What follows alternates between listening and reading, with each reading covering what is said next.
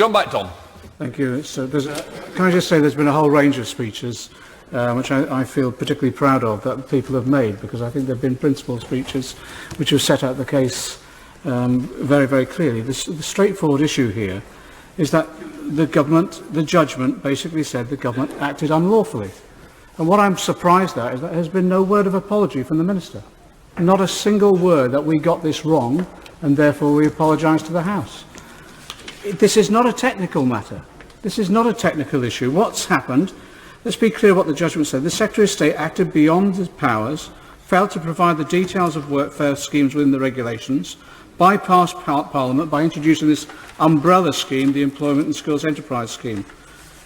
It's not a technicality. In fact, let me just quote from the judgment from Lord Justice Stanley Burton.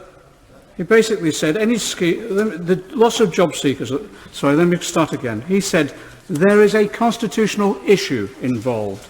The loss of job seekers allowance may result in considerable personal hardship. It's not surprising that Parliament should have been careful in making provision for the circumstances in which the sanctions may be imposed. So what resulted in that? This is a fundamental constitutional issue. It meant that the government tried to slide through Parliament without adequate consideration regulations that would eventually deprive our constituents of significant sums of money. So what the decision has made is that the government has, let's be clear, has unlawfully required tens of thousands of people to work without pay. And then secondly, if they've said no, it's stripped them unlawfully of a significant amount of their benefits. I'd quote from what the public interest lawyers actually said, what they think, who took the case. And I agree with what they've said. They said there's basic requirements of fairness. And those basic requirements are usually dictated by Parliament. So it means the basic requirements of fairness on anything like these regulations is, first of all, providing people with a clear explanation of what they are being asked to do, why they're being asked to do it, and what the consequences are if they fail to do it. And that's simply, as a result of this judgment, not been complied with. So that's what this debate is all about.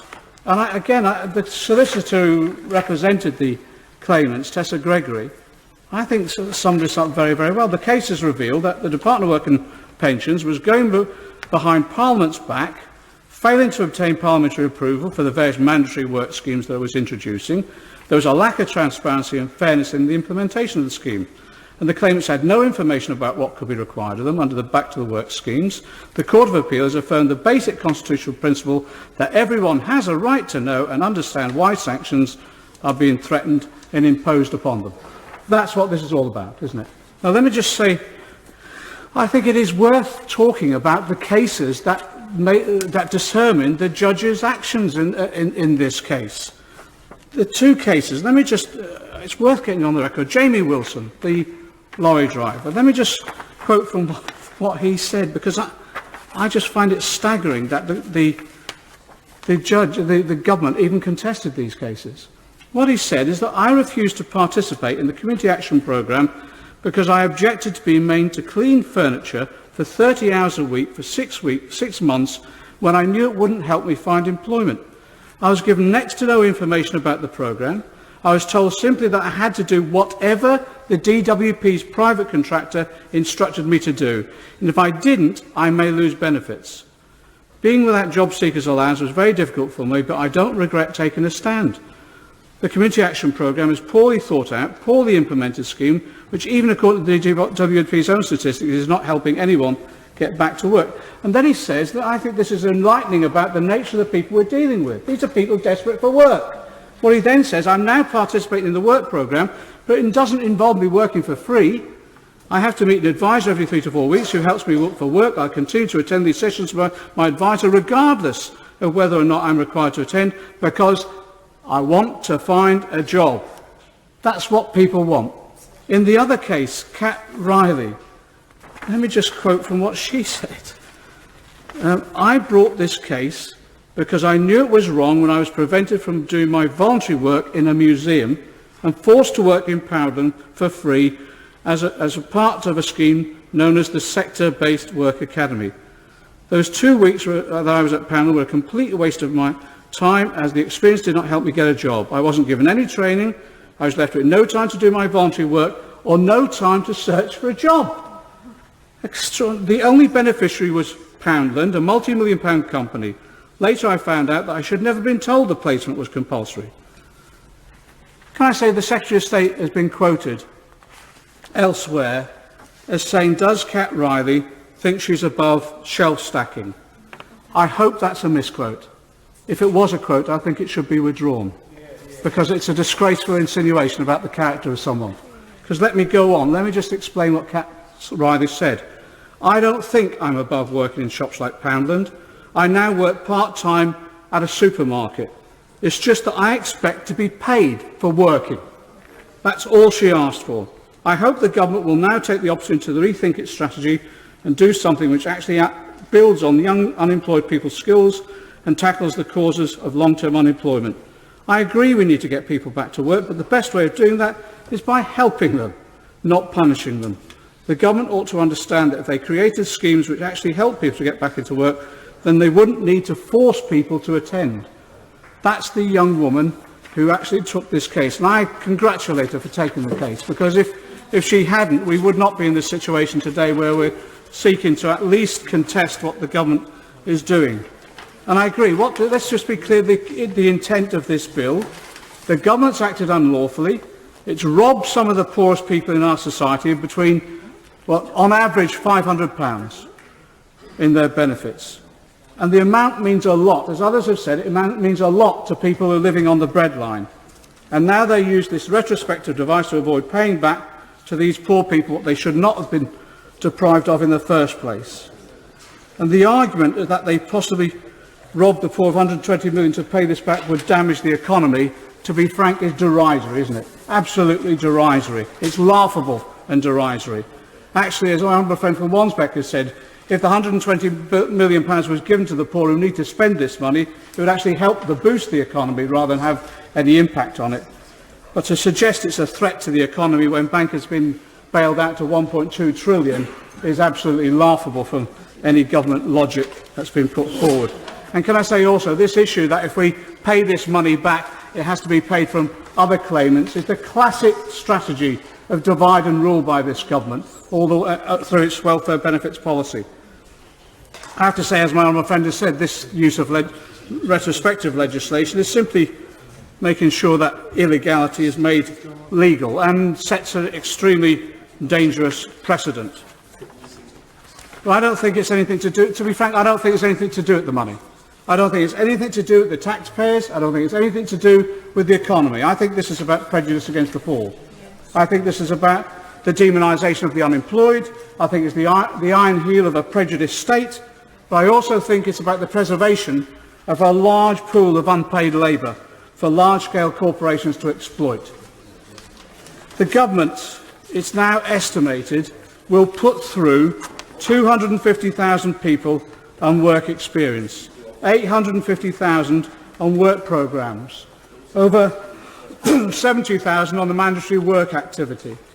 The last calculation was that this is something like 60 million hours of free labour to these corporations. I think that's an exploitation. It can't be turned in any other way. I think the last 2 decades we've seen a transformation in how unemployment is considered, discussed and viewed. Governments since the Second World War had a commitment to full employment and saw as a responsibility their role to ensure full employment. There have always been sanctions within the system to prevent people abusing the system, but it was about ensuring that they were sanctioned if they refused to go for paid work. It was never with regard to unpaid work. But now, just when unemployment is at its highest and it's the hardest to find a job, the attitude is that unemployment is not the fault of the system, it's not a failure of government, it's a failure of the individual, not society. It's the individual that's to blame, not the society that's caused unemployment. And therefore the logic follows on that the individual must be penalised. So what the government has successfully done in the media and elsewhere by ministerial statements is demonise the unemployed. The unemployed themselves have caused their own poverty rather than the system that's created the unemployment.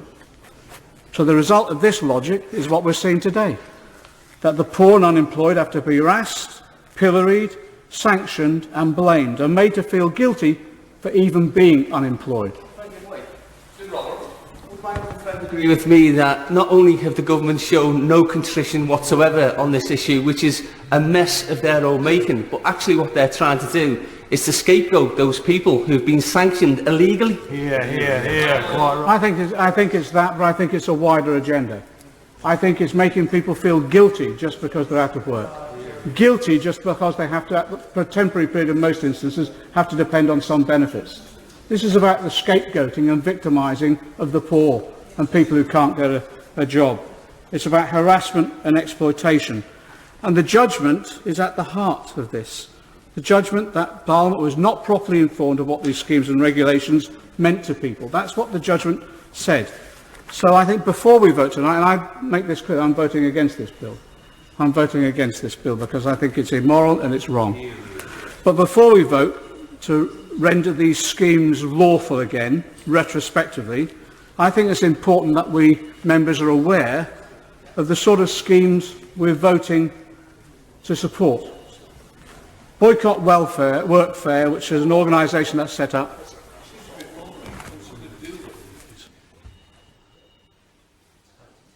Wherever it is, we can certainly hear it. McDonnell. Let's go. There must probably someone looking for a job. Hopefully somebody will answer it then. Let me just go back. Before we vote tonight, I think it's important that we know we're voting as part of the support for the schemes, the workfare schemes that are being introduced to the government, because the bill itself will enable these sanctions to be continued and to be, I suppose, retrospectively made legal because people refuse to go on these schemes. And I think justifiably refuse to go on many of these schemes. Let's just take some of the examples that are on the Boycott Workfare website. Tesco's is a classic.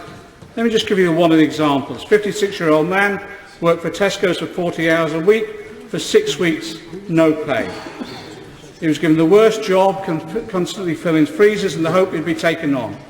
After 6 weeks, when they were up, he asked the manager if the manager asked him if he'd like to stay on for some extra weeks. And he said, with pay?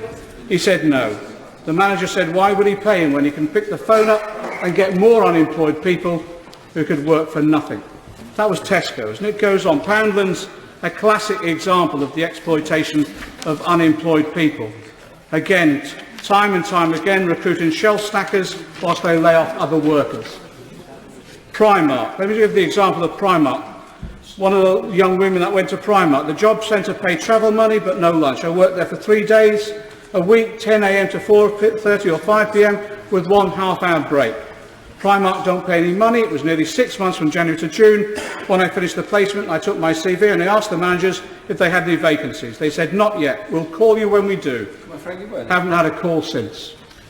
Is he aware that there are companies that also do this who gain people who've not come through the job centre, who go and apply for a job and then asked to work for 3 or 4 weeks on probation and then told to go, and then their colleagues come in and replace them? And so there are shops even in the West End that have a large number of totally unpaid staff on a permanent basis. The whole point of this whole exercise, as far as I can see, although there are arguments, this makes people job fit. We now know actually what this is a massive exploitation of tens of thousands of people for free labour. And I won't go through all the examples, but it's worth looking at the Boycott Workfare website, because example after example of people being exploited, working in unsafe conditions with lack of health and safety, and then just sticking at it, just to try and get a job at the end, and never getting that job, never materialises. And what happens then is they get sanctioned. If they say no or they drop out, they get sanctioned. Sanctions have increased dramatically in this country. In 2009, 139,000 job seeker allowance claimants were sanctioned. By 2011, that had gone up to 500,000. It had tripled. And it's risen again this year. And what's interesting is the private companies that recommend the sanctions to the DWP. And the worst are Serco, CTEC, A4E, Working Links. If they don't get their pound of flesh, if they don't feel they're getting their value for money from someone who's unpaid, they then recommend it to the DWP that a person gets sanctioned. Yet, there's an irony here, though, isn't there, really? Despite all this pain and anxiety, yes, and suffering inflicted on unemployed people, the irony is that these schemes are proven not to work. As my honourable friend on the front bench has said time and time again, all the evidence is demonstrating, whether it's from the Social Service Advisory Council, the peer group reviewing the DWP, the Ben Goldacre work, the latest from the National Audit Office, not only do they not work, but as others have said, they undermine wages for people who are in work and prevent others getting the jobs that could possibly be paid at the end of the day.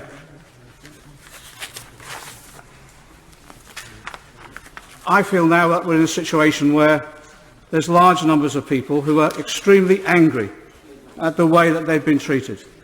I believe there's many people now who are willing to stand up and say we're not going to be treated in this way. And that's why the sanctions system now is becoming even more rigorous, and that's why it's important for the government to get this legislation through, because they want to intimidate more people. They want to force more people into work that they don't want to undertake and work that's done for free. It's worthwhile just stating that actually what this is about is exploitation of people.